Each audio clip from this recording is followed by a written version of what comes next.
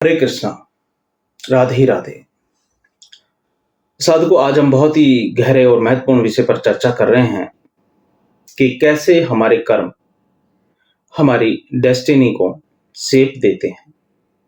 कर्म, जैसा कि भगवान श्री कृष्ण ने श्रीमद् भागवत गीता में समझाया है कि कर्म का अर्थ होता है हमारे सभी कार्य, विचार और इरादे। ये केवल शारीरिक कार्यों तक सीमित नहीं होता है साधकों, बल्कि इसमें हमारे मन के विचार और भावनाएं भी शामिल होती हैं। हमारे कर्म ही हमारे भविष्य का निर्माण करते हैं और हमारे जीवन में होने वाले अनुभवों को निर्धारित करते हैं। आइए इस विषय को हम गीता के आलोक में समझने का प्रयास करते हैं। भगवत गीता में कर्म को एक महत्वपूर्ण, सरल और स्पष्ट रूप से समझाया गया है। कर्म वह है जो हम सोचते हैं, हम बोलते हैं और हम करते हैं। भगवान श्री कृष्ण ने गीता में सिखाया है कि हमारे हर कर्म का एक परिणाम होता है, चाहे वह तात्कालिक हो या भविष्य में आने वाला हो। यही कारण है और प्रभाव का नियम यही कारण और प्रभाव का नियम हमारे जीवन के अनुभवों का आधार बनता है। हमारे अच्छे कर्म और सुख हमें शांति देते हैं, जबकि हमारे बुरे कर्म और दुख हमें अशांति का अनुभव करवाते हैं, उनका कारण बन सकते हैं। गीता में भगवान श्री कृष्ण ने कहा है, यज्ञार्था कर्मणो अन्यत्र लोकोऽयं कर्मबन्धनः तदर्थं कर्म कौन्तेयो मुक्तसंघ समाचरः। मतलब कि यज्ञ में के लिए किए गए कार्यों के अलावा सभी कर्म इस संसार में बंधन का कारण बनते हैं, और इसलिए हे कौन्तेय, आसक्ति से मुक्त होकर हमें अपने कर्तव्यों का पालन करना चाहिए।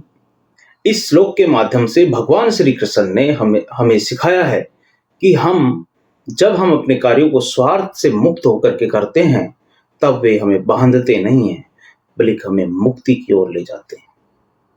भगवत गीता में कर्म के सिद्धांत को कारण और प्रभाव के नियम के रूप में समझाया गया है। इसका अर्थ है कि हर कर्म का एक परिणाम होता है, और यह परिणाम तत्काल भी हो सकता है और भविष्य में भी आ सकता है।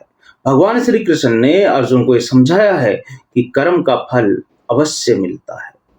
कर्म का फल अवश्य मिलता है, चाहे वह अच्छा हो या फिर बुरा। इस कारण से हमें अपने हर कर्म को सोच समझ करके करना चाहिए। सकारात्मक और नकारात्मकता किस तरह हमारे कर्मों को प्रभावित करती है? हमारे कर्म हमारे भविष्य को प्रभावित करते हैं। उदाहरण के लिए, यदि हम दूसरों की सहायता करते हैं, ईमानदारी से काम करते हैं और अनुशासन का पालन करते हैं, तो हमारा जीवन सुखमय होगा, शांतिपूर्ण हो जाएगा, और हमारे कर्म जो अच्छे कर्म हैं हमें दूसरों का समर्थन दिलाते हैं, हमारे संबंधों में सामंजस्य बनाए रखते हैं। दूसरी ओर, यदि हम किसी को धोखा देते हैं, क्रोध करते हैं, स्वार्थपूर्ण कार्य करते हैं, तो इससे हमारे अंदर आंतरिक अशांति पैदा हो जाएगी, हमारे संबंध भी खराब हो सकते हैं। उदाहरण के लिए, यदि कोई व्यक्ति हमेशा दूसरों की मदद करने के लिए तत्पर रहता है, तो संभव है कि कठिन समय में उसे कोई न कोई सहयोग दूसरों से मिलने की पूरी उम्मीद रहती है। दूसरी ओर, यदि कोई व्यक्ति क्रोध और अहंकार में जीता है, उसके रिश्ते टूट जाते हैं, उसका बिजनेस खराब हो जाता है। जैसा कि मैं नाम नहीं लेना चाहता, लेकिन एक व्यापारी थे, बड़े अक्खड़ थे, उनकी दुकान पहले भरी रहती थी, लेकिन उनकी इसी अक्खड़ता के कारण, बदतमीजी के कारण, अहंकार के कारण अब उनकी दुकान पर कोई जाता नहीं है। सोशल मीडिया में इस चीज़ का काफ़ी जिक्र हुआ है, नाम लेना थोड़ा अच्छा नहीं लगेगा, लेकिन इस चीज़ को इस तरह से सीखा समझा और जाना जा सकता है। इससे उनके रिश्ते टूट सकते हैं, अकेलेपन का सामना करना पड़ सकता है। अगर आप अहंकारी हैं, आप क्रोधी हैं, तो ये कारण और प्रभाव का सिद्धांत ही तो है जो हमारे जीवन के अनुभवों को निर्धारित करता है। कर्मयोग एक सकारात्मक जीवन जीने का मार्ग है साथियों। साधकों, भगवान श्री कृष्ण ने भगवत गीता में कर्मयोग का महत्व समझाया है। कर्मयोग का अर्थ है कि अपने कर्तव्यों का पालन करना, लेकिन उनके परिणाम से अनासक्त रहना। भगवान श्री कृष्ण ने अर्जुन को सिखाया है कि हमें अपने कर्तव्यों को पूरी निष्ठा और समर्पण भाव के साथ करना चाहिए, लेकिन फल की चिंता नहीं करनी चाहिए।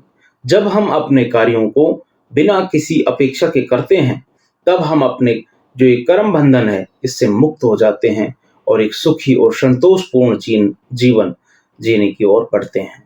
भगवान श्री कृष्ण ने कहा कि हमें अपने कर्मों को एक साधना के रूप में देखना चाहिए। जब हम अपने कर्मों को भगवान की सेवा समझ करके करते हैं, तब वह कर्म भी भक्ति का रूप ले लेता है। इस दृष्टिकोण से हम अपने कार्यों में आनंद और संतोष का अनुभव कर सकते हैं और हमारे जीवन में तनाव कम हो जाता है इससे। अब हम सकारात्मकता जो है, सकारात्मक कर्मों को, पॉजिटिव जो हमारे काम है, जो कर्म है जो हमें उन्नति की ओर ले जाएंगे, उनको कैसे विकसित करें, इस पर हम थोड़ी चर्चा कर लेते हैं।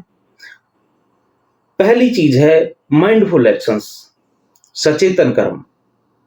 हमें हर कर्म के पीछे की मंशा पर ध्यान देना चाहिए। ये सुनिश्चित करना चाहिए कि हमारे कार्य करुणा, सहानुभूति और सेवा की भावना से प्रेरित हों। जब हम अपने कार्यों के पीछे की मंशा को शुद्ध रखते हैं, तब हम सकारात्मक कर्मों का निर्माण करते हैं। देखिए साधकों, महात्मा गांधी जी ने 3 बंदरों का कॉन्सेप्ट दिया। एक कान बंद थे, एक की आंख बंद और एक का मुंह। इसका मतलब ये था कि तुम इस दुनिया को सुनने से अपने आप को नहीं रोक सकते। जो घटित हो रहा वो देखना पड़ेगा और बोलना भी पड़ेगा। लेकिन माइंडफुल लिसनिंग, क्या सुनना है और उसको किस तरह से अपने जीवन में अप्लाई करना है, क्या देखना है। बहुत सारी चीजें हैं हमारे पास, देखना क्या है। लोगों ने अलग अलग व्याख्या की है, लेकिन माइंडफुल जो ये व्याख्या है बहुत अच्छी है। और तीसरी बात है कि आपको बोलना है, लेकिन सोच समझ की, बुरा ना बोलो वाली बात नहीं है। माइंडफुल स्पीकिंग, सोच समझ के बोलें, माइंडफुलनेस के साथ बोलें, सचेतन के साथ बोलें। दूसरा है निस्वार्थ सेवा, सेल्फलेस सर्विस। दूसरों की सेवा करना, समाज के कल्याण के लिए काम करना बहुत महत्वपूर्ण है। जब हम निस्वार्थ सेवा करते हैं, तब हम अपने अहंकार से मुक्त होकर के सच्ची शांति और संतुष्टि का अनुभव करते हैं। निस्वार्थ सेवा के माध्यम से हम सकारात्मक कर्मों का निर्माण कर सकते हैं, जो हमारे भविष्य को बेहतर बनाते हैं।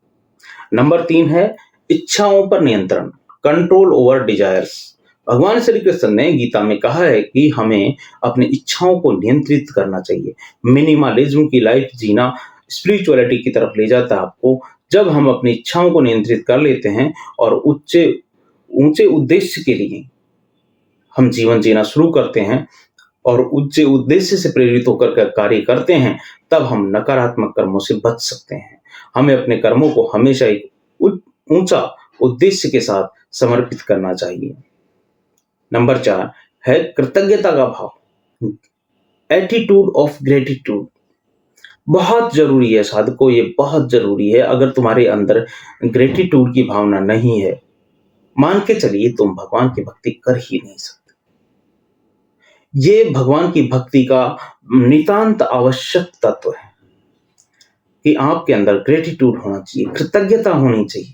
कृतज्ञता का अभ्यास करना भी बहुत महत्वपूर्ण है। जब हम अपने जीवन में प्राप्त सभी चीजों के आभार व्यक्त करते हैं, तब हमारा ध्यान कमी से हट करके सकारात्मकता की तरफ जाता है। कृतज्ञता का भाव हमें सकारात्मक ऊर्जा से भर देता है और हमारे भविष्य को भी सकारात्मक बनाता है। साधकों, भगवान श्री कृष्ण के उपदेश हमें सिखाते हैं कि हमारे कर्म ही हमारे भविष्य का निर्माण करते हैं। हमें अपने कर्मों का जिम्मेदारी से पालन करना चाहिए और ये समझना चाहिए कि हम अपने जीवन के स्वयं निर्माता हैं। कर्म हमारे अधीन है, हम कर्मों को चूज कर सकते हैं। जब हम अपने कार्यों को धर्म के साथ संरेखित करते हैं, उन्हें निस्वार्थ भाव से करते हैं, तब हम एक सुखमय और संतोषपूर्ण भविष्य का निर्माण कर सकते हैं।